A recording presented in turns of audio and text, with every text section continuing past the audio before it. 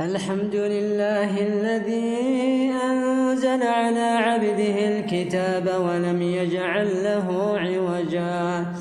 قيما لينذر بأسا شديدا من لدنه ويبشر المؤمنين الذين يعملون الصالحات أن لهم أجرا حسنا ماكثين فيه أبدا وينذر الذين قالوا اتخذ الله ولدا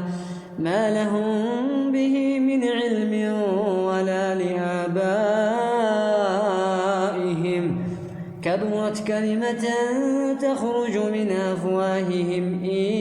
يقولون إلا كذبا فلعلك باخع نفسك على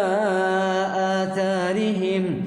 إن لم يؤمنوا بهذا الحديث أسفا إنا جعلنا ما على الأرض زينة لها لنبلوهم أيهم أحسن عملا وإنا لجاعلون ما عليها صعيدا جرزا أم حسبت أن أصحاب الكهف والرقيم كانوا من آياتنا عجبا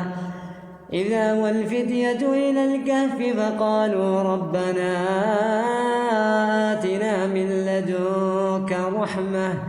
وهيئ لنا من أمرنا رشدا